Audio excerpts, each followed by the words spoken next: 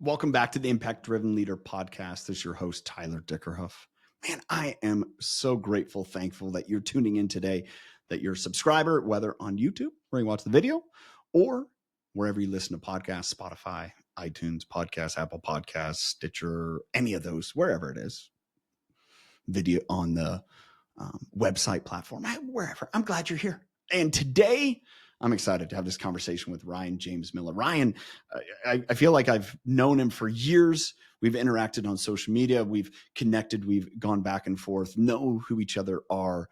And as he is releasing a book called Wounds, I got excited to talk about it. I got excited to talk about it, much like I share as we open this episode, because so many leaders I know, I see, I interact with have wounds. We all do. I believe all people have wounds, and those wounds affect us. There was a thought I'm going to tease you with now. This came to me as I was talking to Ryan. Wounds of life create blind spots where we need to heal.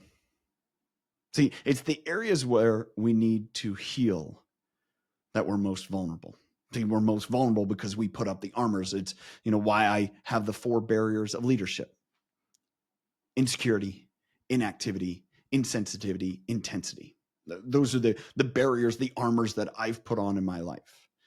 And as Ryan and I talk about, so much of that has to do, again, with the experiences and the wounds. This I'll leave you with before we get into the episode, as Ryan shares a framework that he's developed as he has healed from his wounds. He'll share a bit about that. But as well, I'm going to plant the seed now. His book, Wounds, releases on September 12th, just a few days from now. So go wherever you can buy that book. There'll be a link in the show notes to his book site as well. It's available on Amazon. And I'm excited to share this conversation really with a friend. So take notes, and I hope you grow and learn from it.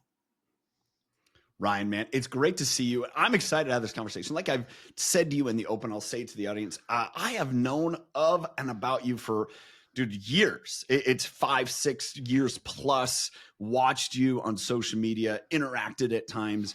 And I'm so excited to have you as a guest on this podcast, talk about leadership, but talk about your book coming out, and then intertwine all of that collectively together. So yeah, man. I mean, it's funny. I said part of this, but didn't say all of it to you offline. I guess maybe I was waiting to say it here. I think it's better said this way anyway, is, from a distance, following you in the same way, knowing a little bit about you.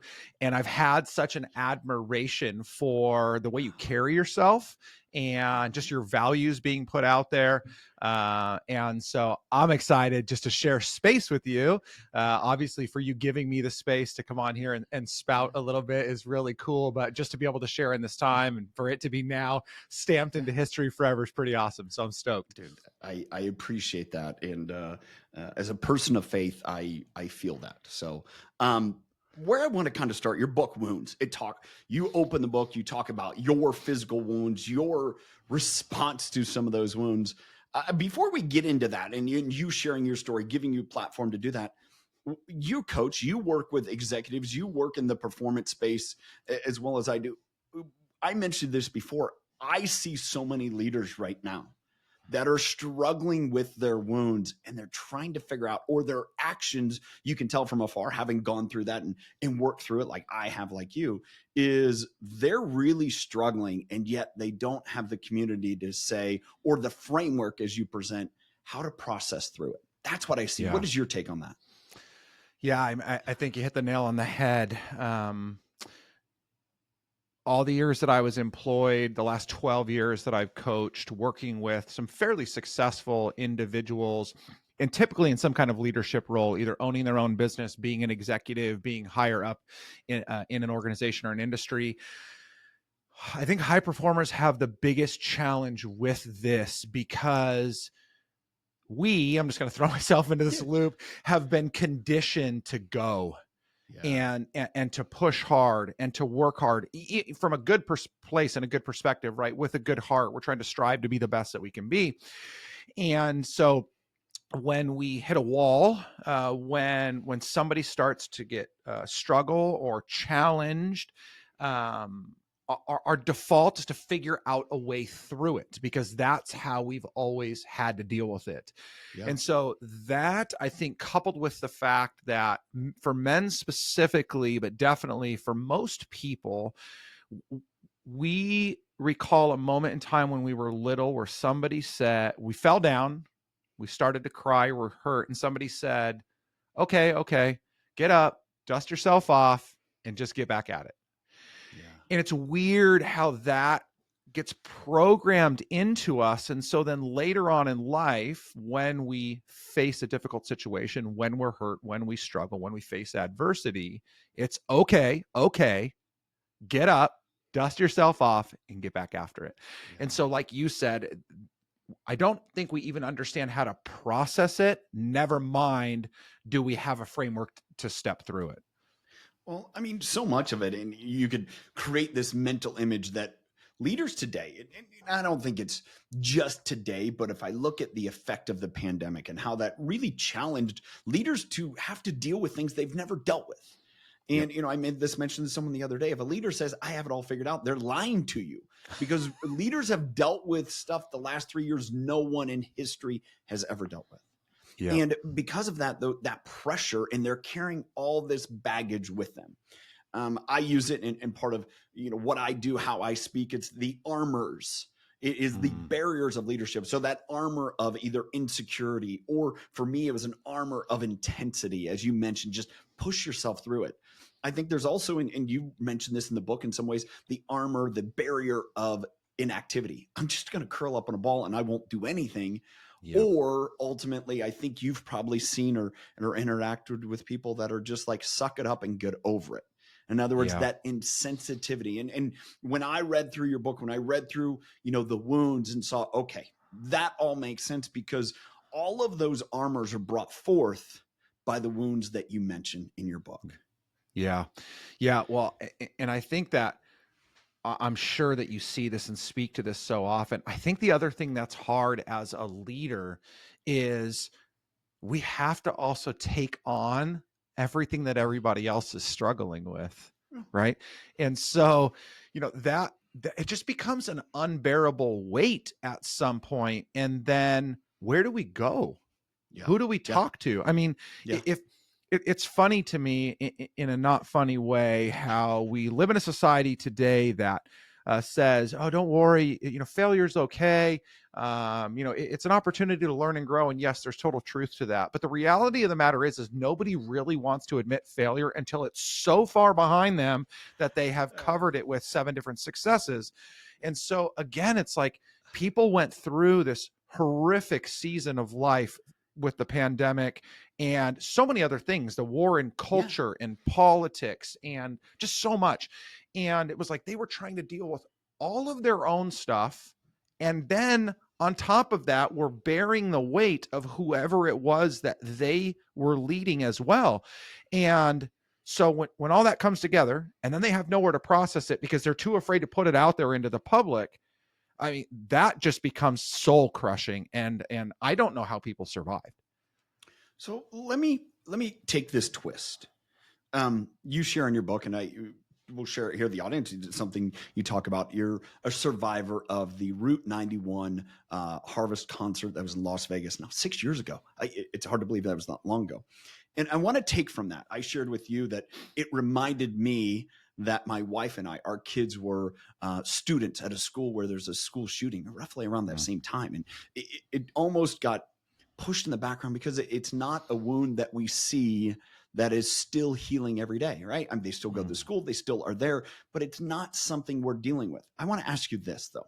As a leader, what you just said, carrying that weight, I know what my wife and I have done for our kids going through that, but how did you, your wife, help lead your daughters? Because I think that's going to give us a real spotlight into that whole thing as a leader, carrying that weight and say, okay, how do I process this with others? Either the wounds that they have, your daughters, or the wounds that we collectively have. Yeah. Oof. Boy, oh boy. I'm sorry, we're going to go deep here, Ryan. No, that's great. I mean, it's great. It's probably the first time somebody's asked me this specifically about that. I remember walking back into the house. So we left Vegas. It took us a while to get out. Finally, we left. That was the longest 3-hour drive home from Las Vegas to Southern California of our entire lives. I remember walking through the door and being met with my kids, who at that time were 14 and 7 or something like that.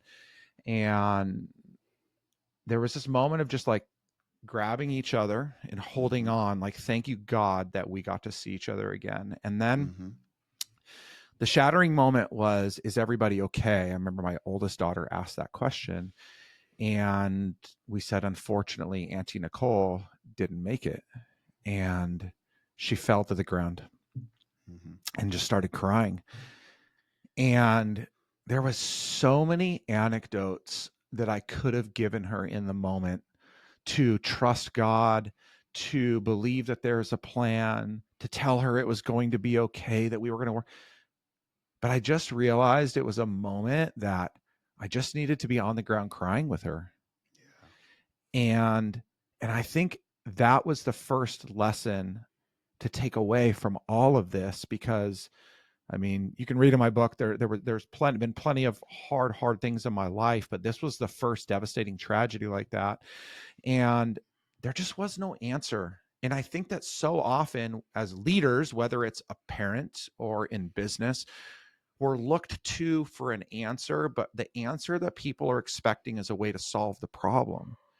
And that's not always sometimes it's impossible to solve the problem at all, but rarely is that the first thing that we should do. And so that was it, was like meeting them where they were, us just weeping and hurting through that for weeks at a time. And then as we started to step forward, to be able to speak the truth to them about what happened, to some degree why it happened. But then one of the most incredible things was, there's been a lot of, and sorry to belabor this too much, but there's been so much story around why it happened and conspiracy and all these things. And at the end of the day, one of the most important things for us to say to our kids was, this was a sick human being that committed a horrific crime. But if we don't understand that we have some bit of that wickedness in our own hearts, we have missed the opportunity, at least one of the opportunities that I believe God put in front of us. And so it did. I mean, we were already a Christian family and trying to do right in the world, but it was just an opportunity to shift our thinking and our heart towards people that we would have just days earlier been maybe different towards. Well, I think like anything is, if you don't take the moment to capture those feelings and those experiences, then we become remiss to it. I was just like, oh, it didn't happen. Or, you try to just like, oh, you have to be in the moment and take that moment for that learning. Because there's some time later, yes, that reflection later could be beneficial. But if you don't start that process in the moment, then my opinion, there's scar tissue that develops over and over and over. And at some point, it's harder to come back and fix it. So that's first thought. But then the other thought that I think, whether you did on purpose or now reflecting back 6 years later, that active display of empathy, and for leaders, and I believe this is how I define it, is put your arm around someone and walk with them. And that's what you did for your daughter. You did not say, oh, let me fix this, let me take this. No, it's like, yeah, we're going to go through it together because there's no other option right now. And I think the other piece that I hope leaders that are listening take note to as well, because I think this can happen in every relationship, is say, I don't have the answers, we're in this together. But then over time, as more information, share more information so they understand more of your perspective. That is something that I'm learning and seeing and actively talking to others, leaders, authors, coaches, whatever. That's something that's changed dramatically over the last couple of years, that we now have a generation, your daughter entering into that workforce generation, right, who now expects that level of transparency in that engagement, and not just, don't worry about it, I got this. Okay, so it's a lot to unpack, but go for it, man. No, The irony, right, in all this is 2 years prior, 2015, I took the Strengths Finder for the first time. Yeah. Okay. And I did my top 5, which is what normally everybody does. Strategic, I think, is my second on my top 5. Anyway, so about a week later, I decided to take the full Strengths Finder, all 33, I think is what it is. And I was a leader in the organization I was working for. I was obviously a husband. I'm a father. I was a pastor of a church at the time. And number 28 on that list was empathy. Yeah, mine's about that too. And I was brokenhearted because I was like, no way. I really do care about people and I want to care about people. But I think, and that's why, like, this connecting these things to what you said was just so profound for me, which was I had to actively begin to pursue empathy and to demonstrate it in ways that my natural tendencies did not display to people that I truly did deeply care and love, or care about and love. And so again, then 2 years later, here is a moment of opportunity, and it was natural. There was no thought other than that in the moment. And I think, again, like, as we fast forward all the way through COVID and our own dealings and our own struggles, and all of these people that are back out on the front lines and they're trying to lead organizations and try to lead families, it's like, you're right. People need this level of empathy, not soft, cushy, I'm just going to coddle you through life, but a true deep sense of care and love in putting yourself into the place of where people are at to help guide them through their challenges too, and even have empathy for ourselves. I think it's just something that most high performers don't naturally gravitate towards, and need to be aware of that so they can invest more into that. Well, my belief in my experience and the wounds that I had, my wounds, my traumatic events that you label as a wound, that blocked kind of a lot of the empathy. Because that empathy was that vulnerability that I had to protect against. And so my de facto was intensity. And I used that scar tissue. I used that barrier. I used that armor to protect me, because that's how I got through that event. That's how I got through things. That became, hey, if there's something hard, just put my head down and push. And by that, and it's funny you bring up StrengthsFinder, because mine was pretty similar, right? Low on empathy, low on those things, high on strategic and learner and achiever and do and do and do. And a lot of that, whether that's innate or not, it's partly I learned that's the way to operate. And you mentioned this from the very beginning, high performers, that's what they learn to do. And I think we're at a place, and again, you bring it up in your work and what you expose and what you've done personally to say, hey, it doesn't work. It doesn't work anymore. And it does not work for long, because eventually you're going to end up being so overwhelmed as you were, that you're no longer the leader or servant or father, pastor, all those things you're not able to be, because you're so overwhelmed trying to carry it all. Yeah. Well, and too, something else kind of connecting to wounds. So the primary thread, as I reached all the way back into early childhood, I was aware. I mean, my parents got divorced when I was 6. My dad left. There were some hard times. I went through one season of life from 22 to almost 32 where I didn't talk to my dad for 10 years. So there was a lot of hard times there. Thank God now my dad is one of my best friends. But that sense of abandonment that I did not connect to for a long period of time, that created in me this desire to want to prove to everybody that I was worthy, that I was good enough, and that if they said something bad about me, that they were wrong and I would prove them otherwise. And that's one of the things that I hear people say a lot today, which is, my fire, my fuel is to prove all the haters wrong. And again, I understand why people say those things. I just think that it is such an unhealthy fire to fuel you, because, like you said, it is just this insurmountable, like, weight that gets put on you that you're constantly chasing to try and prove somebody or something to somebody that doesn't even really freaking matter. Yeah. And so again, you end up just getting, you don't heal from the wound. You're buried in this need to prove everybody everything all the time. You can never be healthy as a result of that. It is just this wicked, wicked circle that you are in, and you can't get out. Well, I think as I've learned, the biggest place that loses, the biggest, I guess, where it shows up is in relationships. Mm. Because by virtue of it, relationships either become transactional, or relationships aren't very deep, or relationships are just non-existent. Yeah. Because when you're constantly pushing and doing that, and it's something I experience with intensity, I just push people away. Or if you're going through that and you're trying to get through it, there's a lack of vulnerability. You talk about that. I've seen that vulnerability is an amazing display of strength. Yeah. And yet we, as a society, we're thinking, hey, if you're vulnerable, well, then you're weak, or you're vulnerable, well, then you're not being, especially as a man, you're not being masculine. And it's like, well, actually it is the soldier who bends his knee, the knight who lowers in front of whoever it may be, that shows such strength. And yet So true. we seem to be missed there, that strength is the bravado that you have. And it's in my opinion, no, my bravado was actually my insecurities showing up.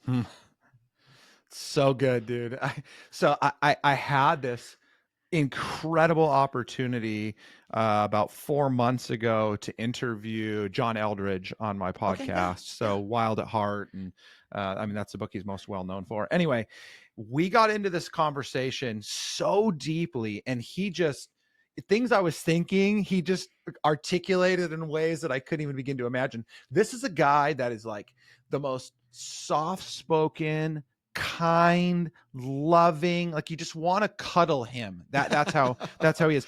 And yet behind him on his wall, as I'm interviewing him, is this massive sword, and he lives, like a medieval one, and he lives out on a ranch, and he hunts and he shoots and he and so we got into this conversation, and it was just that. It was, there are these virtues of manhood that do require us to exercise strength, to protect and to provide, and those are absolute necessities. But I don't like to use this word because now it's being used against us, but like this, the toxicity that inserted itself into there over time created this need for men to overemphasize that. And so it became all about, I am just so amazing, and I'm so strong, and I'm so tough, and I do. And in doing that, we lost just what you said, which is, how on God's green earth can the toughest guy in the world ever cry in front of anybody, or ever say that they're hurt? I mean, that would be absolutely destroying to that person's persona. And so I completely agree with you. I mean, it's like both of those things can and have to exist together, a sense of strength and masculinity with a true vulnerability in that. But again, I think it goes back to one of the first things we said. Where is the space to do that, and where is the framework to figure out how to live that out? It rarely exists. I think that we're just polar right now in terms of what we see. You go one way or the other, there's really no middle. Well, the middle is pick a side instead of like, no, you two out there are just calm down. Like, and that to me is one of the biggest things I've learned. And I think this is, implore upon leaders, invite people in, don't push them away. Don't make people pick a side. Just invite them in. However you're made, let's come together and realize the strength there. And as you're mentioning that, I'm thinking back of books and works that I've loved.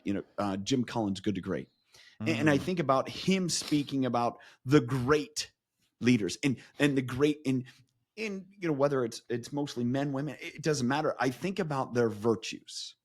They were extremely giving. They were extremely humble. It was not about them. It's how can I serve others on whatever I read and have read from Jim's. It's always done in that it's not about me. And I think as we look at these scars that develop over the wounds that have been unresolved. Okay, this is your work. I'm just trying to put together the scars that have been developed from the wounds that are unresolved result in this toxicness. This I'm going to be uber aggressive, or I'm going to play the victim in some cases, because now all of a sudden, hey, I had to deal with this, make credence of me instead of, yeah, I had to deal with it. But I grew through it. I realized there was a purpose. One of the great epiphany moments that I had, and you might be familiar with this, the listeners are, is when I finally came to grips in understanding the purpose behind my brother's death. And it was to be able to do exactly what we're doing right now. To say, yes, there was purpose there because I had to grow through it. Just as much as I would hope, I don't know if you're this way, but I would hope that you could sit here and say, just you being on this podcast today, that experience and your friend, and I know that deep loss, but yet her life was not without purpose, because now you have an avenue to show people, hey, this is real, and this is how you go through that process, and you can't do it alone. Yeah, no way. I mean, I liken everything you just described to a flesh-eating disease. It's like there's this, we see this spot that is starting to eat away at us. And what we have done is we put a Band-Aid on it, and then it gets a little bit bigger, and then we put one of the big square ones on it. Then it gets a little bit bigger, and then some gauze, and we take, it's just like we just keep covering it up. But eventually, not only can we not put a big enough Band-Aid on there, but now it's eating internally, and it's starting to suck from the outside in and just eating away at us.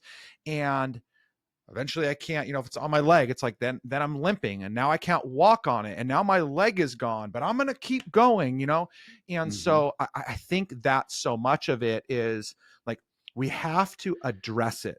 That to me is the key to this whole thing. It's by God's grace, I've never had to go through AA or NA or anything like that, but though I've wrestled with addiction, but you have to admit it first. And I think, again, that's the thing that, as a higher performer, as a leader, in the case of so many people that are listening to your podcast, it's like, you have to first admit that you are hurt. And if you cannot say that out loud, you have a serious problem that needs to be dealt with. You cannot move on past that. And so it begins there. Secondly to that, I think it's extremely important, and I think that this was, probably something you did a lot around, losing your own brother. It's, how did it hurt me? How did that impact me? How did that change the way that I think, the way that I behave, words that I use? Because when we talk about, well, like I was wounded or I failed, typically what people do is like, oh, well, I'm not going to do that again. And so here's the way I've learned or grown. And sometimes that's fine. But for most of us, especially when it's others inflicted, we don't get to decide this isn't going to happen again. We have to figure out how we reacted, learn from that, how we decided poorly, learn from that. And that's how we begin to grow. And then on top of all of that, and I like what you said, purpose in this. One of my favorite passages in all of Scripture is the story of Joseph. Is a very popular story in the Old Testament. And through all of these cycles of being sold into slavery by his own family, rising to the top, being sold out by the people that he worked for and were admired by, and back into prison, and being there for years. And like, he finally finds his way all the way back into all of this. He has the opportunity to confront his own family that tore him up in the first place. And they're like, all right, we've met our match. You're going to do us in. And he looks right at him and he says, my paraphrase, what you meant for evil, God meant for good. And man, is that a hard thing to wrestle when we're talking about somebody's life being lost or something really devastating happening. But Well, if there is no I, go. I think we react to it and it isn't even that big because we react the same way. We react with either bitterness or we react with apathy. We just, hey, if this happened, I cut it away and push it on. It goes back to that flesh eating disease, right? It's like, if it's attacking my leg, I'll just cut my leg away and move on. It's like, you didn't have to go there. Yeah. You just had to simply admit it day one. And I think that's what I hear you getting as part of that purpose is understanding I need to be open and vulnerable in these situations, because the more that I do that shows people that I'm working through it and I'm not hiding it. And when I hide it, it's only going to show up in other ways that hurt me or other people. Yep. Well, and too, here's the other point to this all for people that are, again, are striving for greatness in one way or another, is we fool ourselves into believing that we can achieve the things we dream about by only being a part of who we are. Yeah. And when we're covering up something from the past, we are losing out on some facet of the best of who we are, because we haven't healed, we haven't grown. And so, I mean, again, like, this is not everybody, I'm sure, that's going to listen to your podcast, but I firmly believe, beyond a shadow of a doubt, I would give my life for it, that God created me. He created me for a unique and specific purpose. And therefore, if God created me for a unique and specific purpose, God has predestined exactly what I will accomplish in life. But though I cannot ultimately change God's plans, I cannot fulfill that plan by not leaning into all that he's created me for. And so again, it's like, I'm selling myself short by not healing and growing and learning from those things. Well, it's just, it drives me bananas that people don't see this.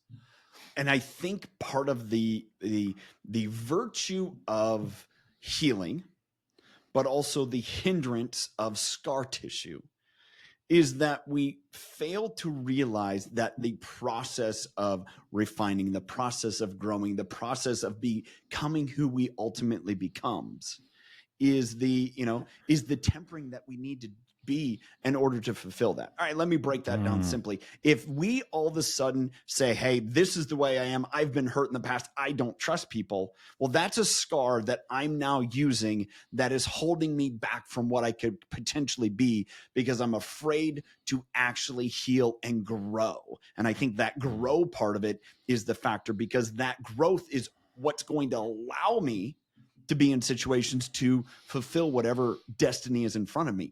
But if I'm not willing to grow through it, then I'm not willing to actually go out there. Because if I want to sit here and say, well, this is just the way I am, it's like, yeah, but you've had wounds that have attacked you. And have you actually healed, or have you just buried them? Have you grown from it? Say, yeah, all right, that happened to me. I don't know if they're yet. It's still fresh. It took me 24, 25 years to really come to grips and accept and appreciate, understand how the death of my brother affected me, because it affected me in ways I had no idea. Other people told me that knew me before, after. But then as well, how can I start to use this to serve people so I can look someone in the eye is clear as day and say, my brother's life had purpose, because I see it now. But that was only by virtue of me doing the work and accepting it, instead of saying, well, that, just that part of my life when I was 14, it didn't happen, I'm going to move past it. We can't do that.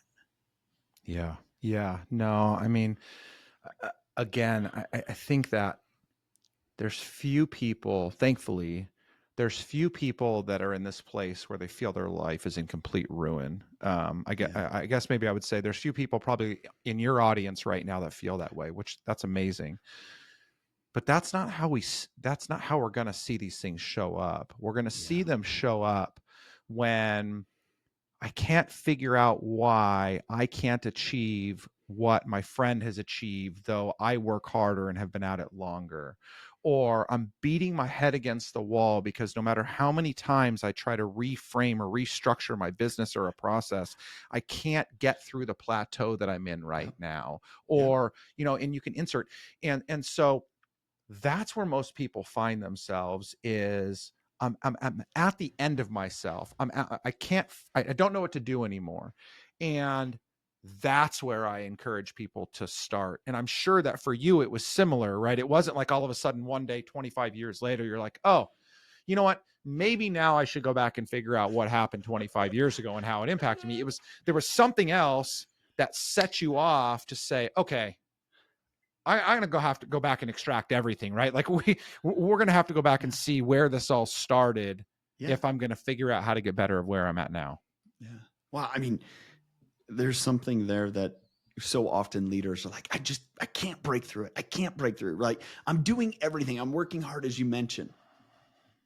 But how many leaders, how many high performers, how many people that are just actively doing things? And I can think of someone that are sitting there saying, oh, the limitation is not my technical ability.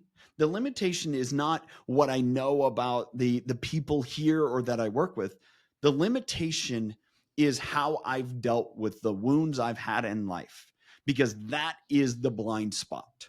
Yep. I mean, here's an image, right? The wounds in our life create blind spots where we need to heal the most. Yep. I should write that down. That's pretty good. That's a tweetable one. Somebody tweet that. Yeah. So, tag Tyler. Well, yeah. So this is what I try to make as clear as day to as many people as possible. So people hire me specifically as a coach to help them achieve a goal, overcome a challenge. And they think that I'm going to teach them something that they don't know. And I say the same thing to everybody. You don't need to know anything other than what you already know right now. Mm-hmm. Everything you need to achieve the things that you are capable of achieving are already inside of you. It's about figuring out what that is, bringing it to the surface, honing it, and then using that to go get what you dream about. And people still cannot wrap their heads around that, which is why, and this isn't like, don't stop listening to podcasts or something, but this is why people overconsume podcasts and videos and read 50 books a year and go to 17 different conferences a year. It's because they're trying to figure out what they don't know, thinking that something out there will help what's already in here.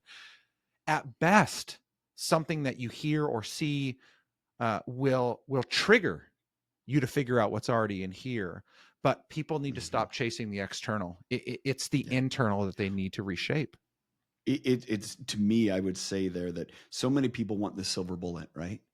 But they're unwilling to just sit down and internalize and say, okay, like we've talked about here, as you point out, do I have the framework to acknowledge the hurt, to really be vulnerable with it, and then understand the purpose? And if I can go through that framework, if I can understand those things, if I can understand how I got hurt, what I got hurt, realize what it did to me, and then how can I either use that or how can I heal that in order to actually fulfill my purpose? Well, that's all the internal work that so many places aren't going to give you that information to unlock. Hopefully what I would think is they help pull back the bandages and say, hey, this is what needs iodine. This is what needs cleaned. This is what needs to be dealt with. And here's a point for you, Ryan, and I'd love to know this.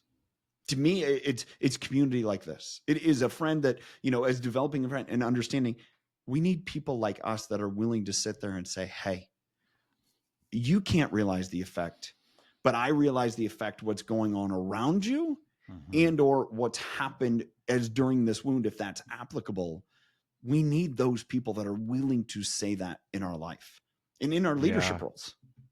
No, I mean, that's probably the most profound thing that people will hear in everything that we both talked about today. I don't know,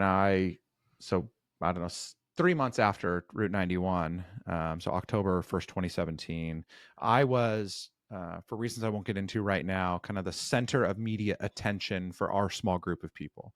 And so I was doing interviews for Time Magazine, People Magazine, Anderson Cooper's team at CNN, like just ridiculous stuff. And so I got through that, and then people started coming to me and saying, gosh, you got to write a book. You got to write a book. You got to write a book. And I would have rather died than written a book glorifying the death of our friend, the other 57 people, the 22,000 people that their lives will never be the same. And so I really struggled through that. And it wasn't until I finally recognized that in just some small way, God has given me a platform and given me a persona that causes people to see me a certain way and then listen. And I felt like if I couldn't go first in my community, then who? And there are some ugly things that I share in that book. Like the most tragic one is Route 91, but I talk about like nearly sleeping with another woman and almost train wrecking my marriage 4.5 years in, and just the things I did to people and to myself, and embarrassing and shameful in many ways. But again, it was, if I don't do it and I don't feel like it's in my circle, I need to be the one. And as I have opened up, and the more I've opened up, just like you doing the same thing, it's giving other people permission to just do the same thing, to feel comfortable having conversations, whether it's with me, with you, with somebody else. But yeah, that is it. It's like somebody has to go. Somebody has to be willing to open it up. I say to people, I'm an open book with many torn pages. It's like, just come and read it. It's going to be what it is, but together we're going to figure it out. And it's in community, it's a lot easier to walk through these things. Well, it's I believe it's biblical if we want to look at the Bible, but it's also natural. Is when we open up and share what we're going through, there's a tremendous amount of relief. And it, we don't need to be unequally yoked and carry burdens. And yes, they may be very much us, but our burdens actually affect others, either by whatever happened to them or our reaction to it. Yep. And I believe that's where, from a leadership perspective, circling back to that, we talked about how you walked with your daughter and then shared that information with your daughters as appropriate. That's a leadership principle that we need to embrace more, to say, hey, yeah, what I'm going through, we're going through this together. And if I'm more open with it, then you know what? Everyone else grows through it rather than you having to go through the pain yourself. Because as a father, the worst thing that I would want is if something were to happen as tragic as what happened to me, and my children have to deal with the same pain, tragedy, and difficulty. Because if I don't walk through them with that, if I don't rise up and say, hey, I'm willing to talk about it, and I'm willing to do the work that I'm trying to figure it out and help others figure out that how damaging it has been to relationships in my life. Yeah, just don't do that. Don't do that. Yep. Well, and something else as you were talking that I think is so important for people to recognize is, if you want to be a leader, you have to be healthy first. And on one hand, that sounds like such common sense, but what I end up finding is again, like, this is actually probably one of the downfalls at times of the Christian narrative in the world, which is serve others before yourself. And I understand that there is this need. Biblically, Jesus models it very well. It's like, I'm coming to serve. But if I don't have anything to give, I am worthless. And I think what's happened is this overly compassionate narrative to go out and serve and give of yourself to everybody else, basically to empty yourself out for other people, has caused us to neglect ourselves. And so as a leader, you're never going to have it all together. But if you are not physically, emotionally, and spiritually healthy, you're probably not going to be any good. But if you are good, you are going to be a temporal good at best to the people that you're leading. You will fail them worse than you would if you just gave up on them altogether. Yeah. That's something that resonates with me, because I believe one of the great missions of my work is to help other leaders get healthy too. And it's too, because I had to, and it's something you have to do every day. Yeah. It's like a 10-year-old boy. He's got to shower every day or he stinks. And we have to work at being healthy every day, or we're going to start to stink. Yeah. And I believe, as you're making it known, a lot of that stink comes from our wounds that are unhealed. Yep. Yeah. It is, man. And again, this is where that like idea of empathy comes right back into play. I feel it so deeply for so many people right now that are listening to this and thinking to themselves like, "Oh my gosh, that's me." Yeah. And it really it breaks my heart. And I'm not saying that because it sounds empathetic. It's because it really does. I remember what it was like to be there. As a matter of fact, I mean, the intro to my book, I talk about an anxiety attack I had curled up in the ball in a corner. Like, I still feel it. I never had an anxiety attack ever. I never struggled with anxiety until after Route 91. It was kind of a PTSD issue. Yeah. But I just, I know what it feels like to feel as though you have to carry it, that you have to bear it all yourself. And I just love people enough to say that is a miserable life to live, and you need to figure out where the lifeline is to get yourself out of it. Because if you don't reach out and grab onto somebody else, I don't think something else is a good answer there. Somebody else, Mm-hmm. you are going to live in misery forever. No amount of success, no accolade, no title, nothing will fix that, what's eating in you right now. Yeah. Well, I want to offer this as imagine, hey, if you're listening, please send me a message. I want to help you. And I think Ryan, he's doing this too. And so it's kind of like, if you have no one else, you got me. And I'm pretty darn sure you have Ryan as well. Man, this has been great. Thanks for joining me. And again, we should have done this long ago. I know. Well, I think one of the things that I appreciate so much, and maybe this is the after conversation, but it's fine. I'm doing it now anyway, so people can hear it, is like, I'm so grateful if one person hears this and there's something that just changes their life to some small Yeah. degree or a radical degree. But I think what's great is I just feel better. I mean, I told you, like, this has been a really hard season of my life, Yeah. getting the book off the ground and so many things that have come along with that. And it's hurt some of my other business. And anyway, but it's like, then I talk like this to you and I'm listening to you pour into me by way of just having a conversation. And I just feel like I can go march through a wall. And so this is just encouraging. I love being able to do this. And I'm super grateful for you to be able to have the space to do that. It's awesome. That's why I do this. And it's as I share with people in my community and here, this is as much for me. And so I appreciate you sharing that it's as much for you. So Yeah. one last thing, the book releases September 12th. That'll be in a few days after this podcast release. Go check it out. Do yourself a favor. It's a I don't want to say it's a fun book because it's a heavy book, but it's fun because you share so much so vulnerably that you feel like you get to know Ryan even better. And again, as I was reading, it's like, oh, I forgot about that. Oh, I knew about that. And just our interactions over the years. So, man, I'm excited for you to enter into this journey of serving more. Thanks for being here. I appreciate it. Thanks, man. I appreciate it. I would say that is wrapping up from this conversation that sometimes episodes are light and easy and fun. Sometimes they're heavy.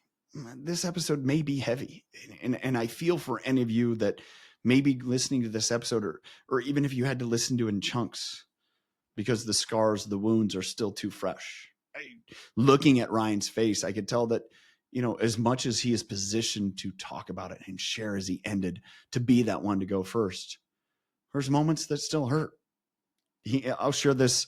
He shares in the book, in the first chapter, that after being at Route 91 and finally getting back to the hotel and looking at his wife's hat that she was wearing, realized a bullet had gone through the hat.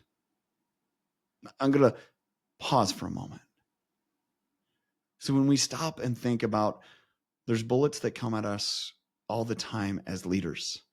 And sometimes we don't see them, but sometimes we see the effects of them. And that can make tragedies and traumatic events even harder. I'm not going to really try to dissuade that. It's reality. But I know this. It takes opening up to people and being honest with those wounds where we can get them to heal. It's acknowledging the hurt and realizing the effect. And then understanding what's the purpose from it. That's the framework Ryan shares. And as I offer again, just reach out. Tyler at TylerDickerhoff.com. Send me a note. Find me on Instagram, LinkedIn. If I can be any support to you, man, that is my hope and desire through this platform. Thanks for listening. One last thing. If you could do me a favor, if you got value from today's episode, if this is something that touched you, do Ryan a favor. Share it with someone. Share it so other people can get his book and that can grow through this, so we as a community can grow together. I'd appreciate it for him. And thanks for being here. Till next time, have a good one.